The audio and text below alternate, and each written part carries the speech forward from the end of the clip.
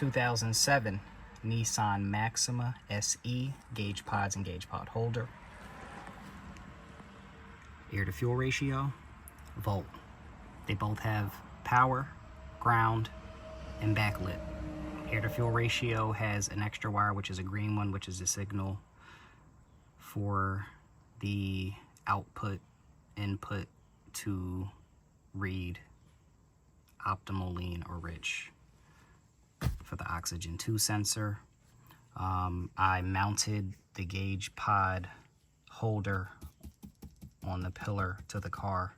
I screwed it in here and I made a hole in between the holder and the actual pillar to the car. So the power ultimately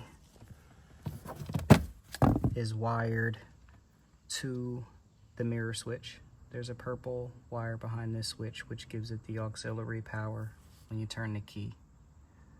And then the rest of the wires I taped up and put through the side of the wall, through the caps.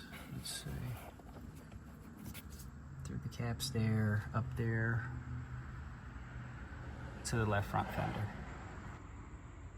And ground wire and signal wire to oxygen 2 sensor, and ground to brake I ran under the fuse box over the air filter. Ground to the battery, and then I ran the signal wire down that way to the O2 sensor, which is under all this stuff on the exhaust side. Once everything is hooked up,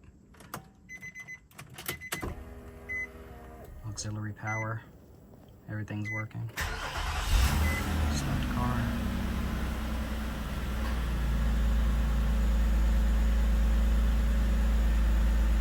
And the gauges, they read, like they both read the voltage for 30 seconds and then it goes back to the normal readings as far as the digital readout. But the gauges always work as far as the colors, if there's any change.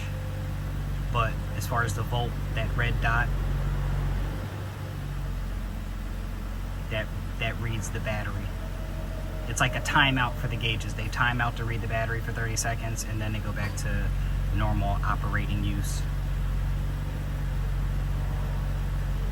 But this is how they look on the pillar, the dash. 2007 Nissan Maxima SE gauge pillars.